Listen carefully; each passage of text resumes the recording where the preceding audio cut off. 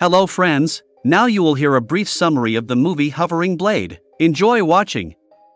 Li Changfeng is a single father who adores his high school daughter, Tian. Unlike her peers, the girl dreams of getting a dog rather than a boyfriend. Chang drops his daughter off at school and heads to work. In the evening, a heavy rainstorm begins. Tian walks home alone and notices a van following her.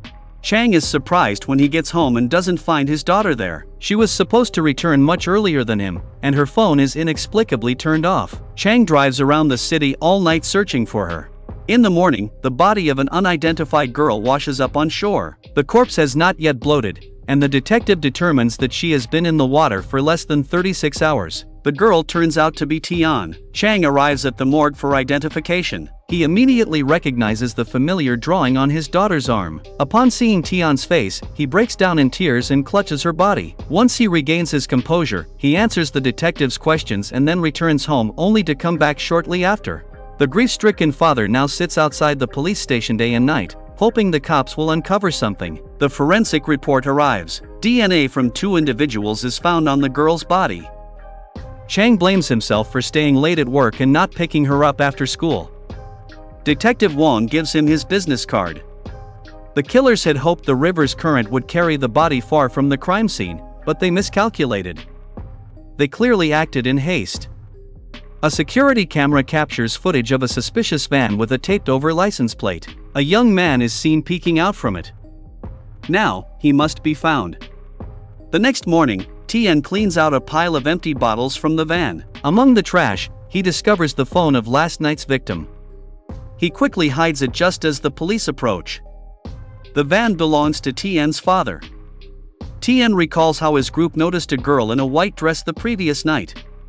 The thugs surrounded Tian, drugged her with chloroform, and dragged her into the van. They did whatever they wanted to her and even recorded it on camera. Tian is just a lackey and the driver in the gang. He quickly leaves their hideout. The criminals have done this before.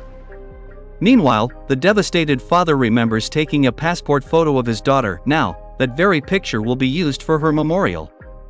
News of Tian's tragic fate and the white van spreads through the media. Tian's so-called friends beat him up and threatened him to keep his mouth shut. They claim he was alone in the van all night. But Tian refuses to take the fall for the murder. He powers on the victim's phone and contacts Chang, revealing the names of his daughter's killers. He even tells him where to find them. After that, Tian disposes of the phone. Chang immediately calls the detective, but there's no answer. So, he decides to go to the location himself. Tian even pointed out where his friends hid the key, allowing Chang to enter the apartment. Just then, one of the thugs returned. Chang hid and suddenly spotted his daughter's bag on the floor. Xiao made himself some instant noodles and started watching the footage of what they had done to young Tian the night before. Chang was frozen in horror and shock. When Xiao noticed the uninvited guest, he immediately attacked him.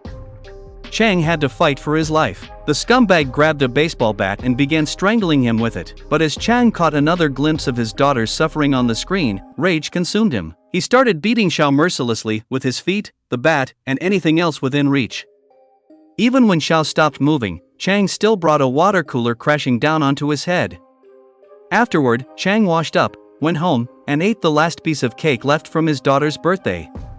Tian was 16 years and 1 day old when she was taken from him. Before leaving the hideout, Chang took a photo of the second thug. Siwei had just messaged his now-dead friend, suggesting they meet up, so Chan continued his hunt. Detective Wong arrived at the crime scene. He and his assistant watched the video and recognized the recent victim. Meanwhile, Chang was no longer answering calls. He wasn't home, but blood-stained clothes were found in a dumpster nearby. The police discovered that the murdered young man had been in contact with 2 students, though they had dropped out of school months ago. Tian was quickly located at a cybercafe. He claimed he didn't know where Siwei was. The detective noticed his bruises and convinced him that if they caught the criminal, he wouldn't be able to hurt Tian anymore. That's when Tian admitted that Siwei had likely gone to see a certain gangster. At the same time, Chang arrived in that city. He rented a cheap apartment in a quiet area and went into hiding. Back home, Tian had an outburst during dinner, furious that the police labeled him an accomplice. He hadn't known the girl would die, and they had tormented him, forcing him to help. The police found footage of other victims on the computer. One of the girl's fathers came to the station. Tragically, his daughter was also dead. Siwei's parents soon arrived as well. He acted as if he didn't need any of this, claiming that girls flocked to him anyway. His wealthy father had always managed to buy his way out of trouble, but this time, it seemed unlikely. The grieving father of another victim attacked him in rage. Detective Wong recalled a case from 10 years ago when a group of village boys tortured one of their peers on camera. But since they were only 12 to 13 years old, the law had let them go free. Chang didn't know exactly where to find Siwei, so he started checking cybercafes. The father of another victim hoped Chang would never be caught, that he would make the young criminals suffer for a long time. Chang studied videos of Siwei carefully and finally noticed a clue. He had found the right auto repair shop run by low-level gangsters. Chang started asking about Siwei. The gangsters tensed up and attacked him. A fight broke out. Chang nearly defeated them, but then a shotgun was pointed at him. However, he didn't panic. He sprayed the attackers with paint, seized the gun, and shot one of them in the knee. Kicking the wounded man, Chang forced him to reveal that Siwei was hiding in an abandoned hotel. He took the shotgun and ammunition and went home. Meanwhile, the police put out a warrant for Chang's arrest, even offering a reward for information on his whereabouts. His landlady recognized him and entered the apartment while he was away. She also saw the footage of Tian's torment. It turned out that the garage had been used to produce amateur adult videos. Siwei was just one of the many suppliers. The woman didn't call the police and didn't turn Chang in when a patrol officer entered the courtyard. In fact, she even brought him clean clothes but pleaded with him to stop. Tian wouldn't have wanted her father to become a murderer. The law would punish them anyway. But Chang refused to believe that. He didn't want these monsters to get a second chance to walk free in a few years and start families of their own. His daughter would never get another chance. The police located the abandoned hotel. It had also been used to film videos with kidnapped girls. Chang was already on his way there. The landlady offered to drive him since he could no longer walk the streets freely. His face was now known throughout the country. Detective Wong despised teenage criminals who got away with everything just because of their age. They were just as evil as adults. Due to a landslide, the woman had to stop the car. While she figured out an alternate route, the Avenger had already vanished. The police searched the abandoned hotel. In one of the rooms, they found a terrified girl. She had also been used for illegal recordings. The officers lay low as Siwei arrived on his motorcycle and called the girl. After 3 months in captivity, she had developed Stockholm Syndrome and warned him that the police were waiting for him. Siwei was about to flee, but Chang fired the shotgun at him. Unfortunately, he only hit the motorcycle. A chase ensued. Chang pursued Siwei, and the police pursued them both. Detective Wong saw Chang and urged him to stop. Meanwhile, Siwei hid nearby, hoping to wait out the danger. The detective and the grieving father ended up on an abandoned beach.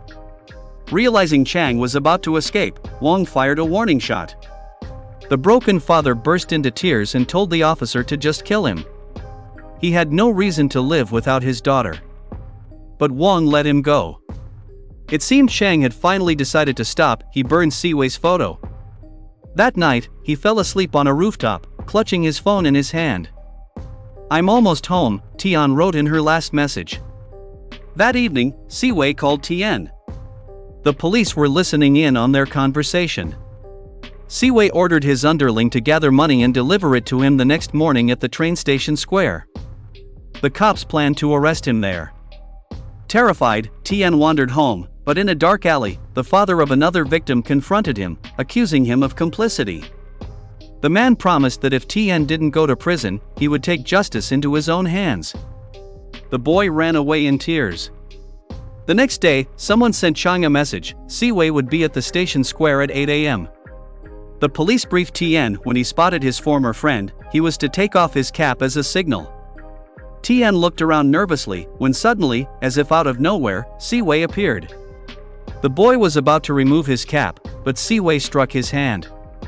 It didn't matter anymore, the police had already surrounded him. Desperate, Siwei grabbed Tian as a hostage and backed into an underground passage. The cops gave chase, but so did Chang. At the same time, Detective Wang was trying to track Chang down. Tian broke free, sprinted through the crowd, and rushed outside. Chang was waiting for him with a shotgun. With a single strike of the stock, he knocked Siwei to the ground. Pointing the gun at him, Chang warned everyone to stay back. He listed every horrific thing Siwei had done to his daughter. Siwei fell to his knees, begging for mercy. His father would pay any sum. I surrender, he pleaded, glancing at the police. Detective Wang urged Chang to stop, to let justice take its course. But Chang was certain this monster would never change. You killed my daughter, he repeated, and pulled the trigger. Gunshots rang out. The police fired back, killing Chang. Siwei survived but lost part of his face. As he lay dying, Chang thought of his daughter. In his hand, he clutched Tian's keychain. 6 months later, Detective Wang visited Chang's grave. That day, Siwei's verdict would be announced. Having kids is easy, Wang told his colleague. Raising them is the hard part. A new Siwei could appear at any time. Siwei was sentenced to 15 years in prison. Tian, for cooperating with the police, avoided jail time and returned to school. It turned out that the father of another victim had revealed Siwei's location. He served 6 months for it. We see how that day could have gone differently. If Chang hadn't stayed late at work, he would have given his daughter a puppy, and they would have walked home together.